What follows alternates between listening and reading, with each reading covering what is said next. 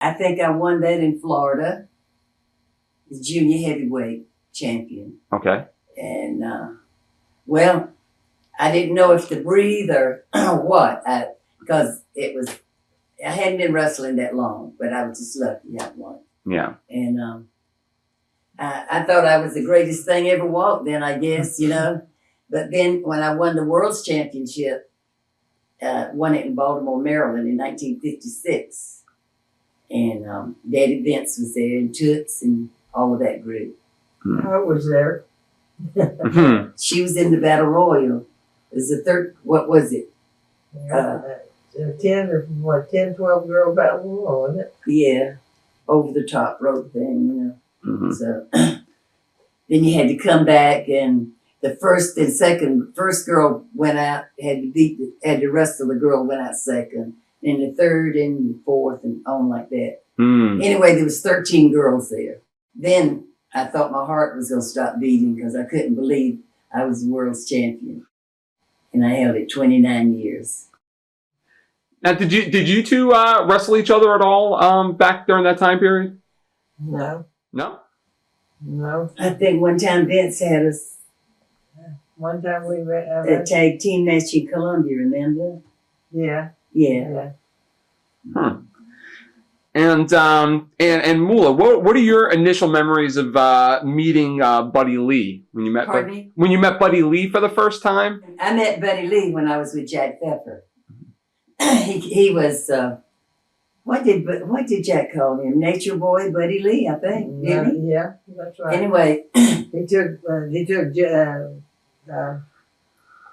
what you call his place?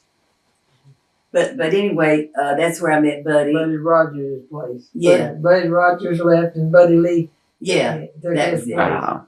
When Buddy left, then he took Buddy Lee. He always tried to have somebody to, go in after the one that left.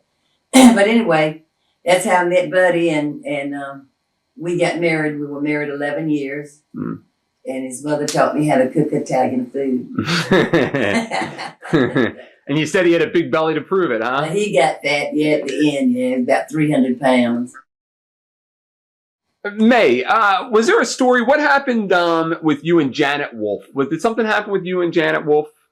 She wrestled with us in a tag team match the night she died. Right. We had with Ella Waldick and myself against her and somebody else, but the girl Billy had Janet Wolfe in the ring in Columbus, Ohio, there training, trying to teach her how to wrestle, and she didn't have the ability to wrestle, and he had let her get herself all bruised up and banged up, and so she really wasn't able to go into the ring, and she went into the ring and had a seizure.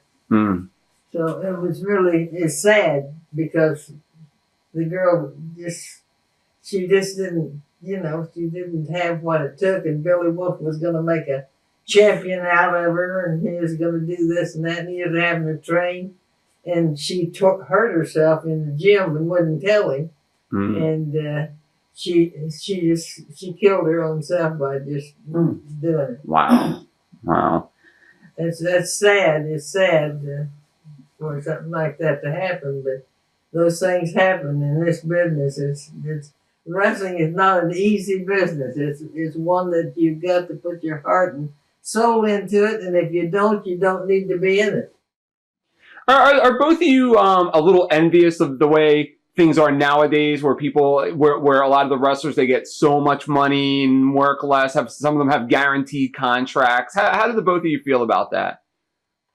Well, you know something, I'm tickled to death of the way I am. I'm tickled to death to be still in the ring at 83 years old. What can you say? He's talking about the way things are. Well, no, I'm not mad about it because things change. I remember